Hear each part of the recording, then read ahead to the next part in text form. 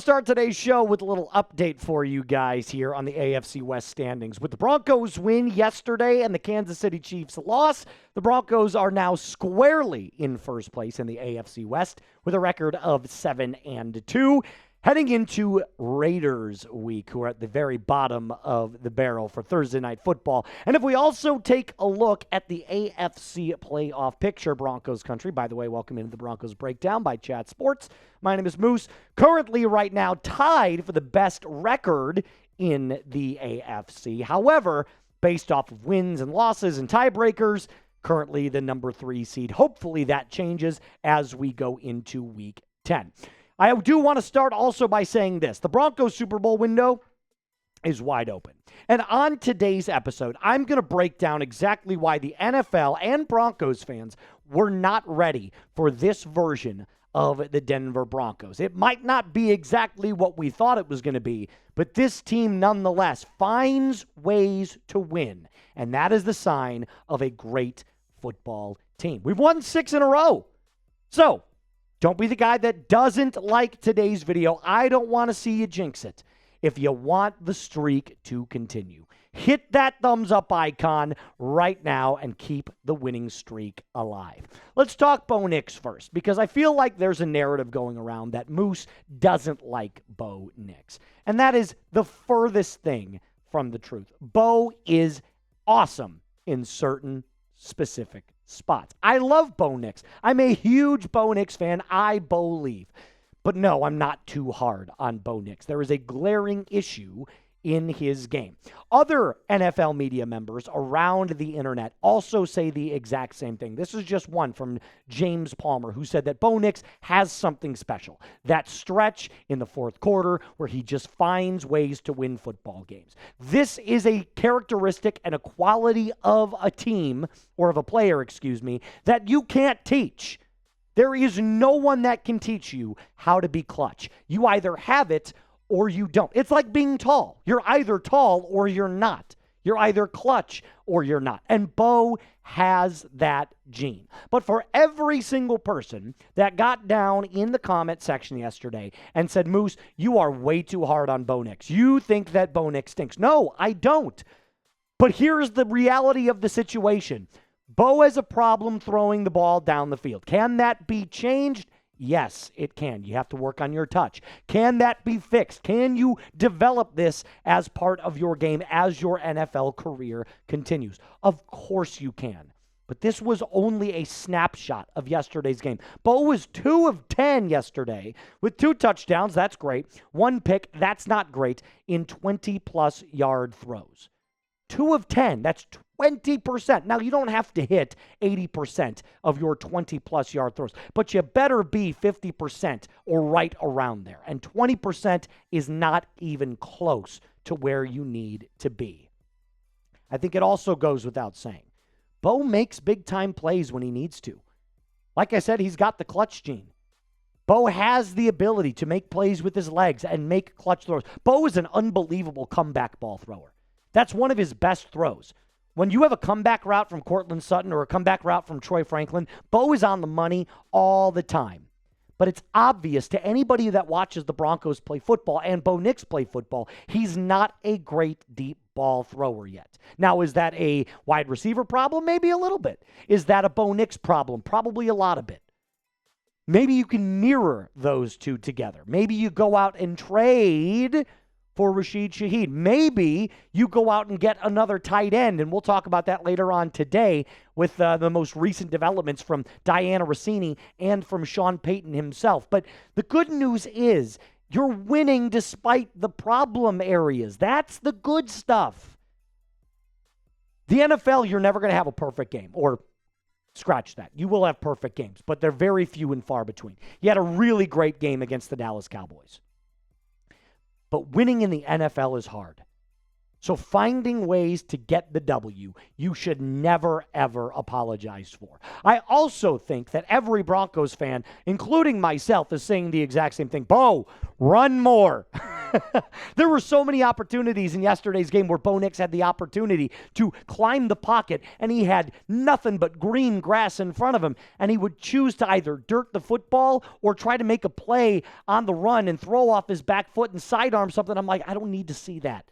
If there's 8 yards in front of you, take it.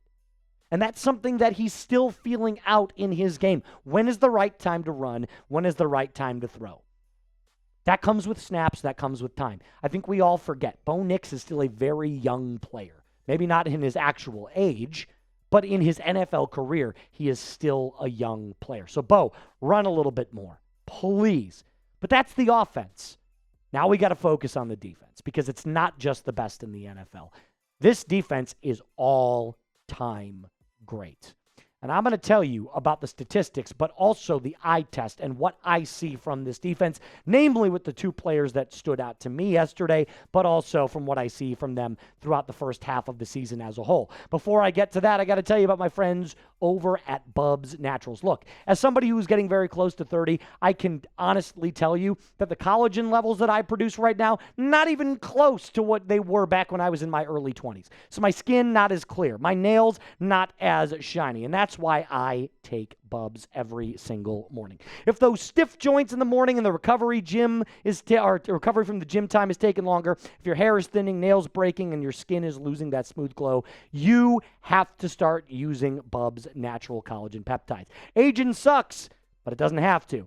No junk, no sugars, no sweeteners or fillers. Third-party tested is Bubs, so it's NSF certified for sport and Whole30 approved, so you know it's clean and it's trustworthy. Did you know that starting in your mid-20s, your collagen production starts to naturally decline, and that's where Bubs Naturals Collagen Peptides comes in. It helps restore collagen levels closer to what your body naturally had in its youth, so your joints feel stronger, your hair and nails grow healthier, and your skin looks smoother. Live better longer, and for a limited time only, our listeners are getting 20% off at Bubs Naturals by using code CHAT at checkout. Just head on over to Bubs Naturals, that's BUBSNaturals.com, and use code CHAT, and you are all set. After you purchase, they're going to say, hey, where'd you hear about us? Please support the Broncos Breakdown and let them know Moose sent you. All of that's in the comments and description of today's video.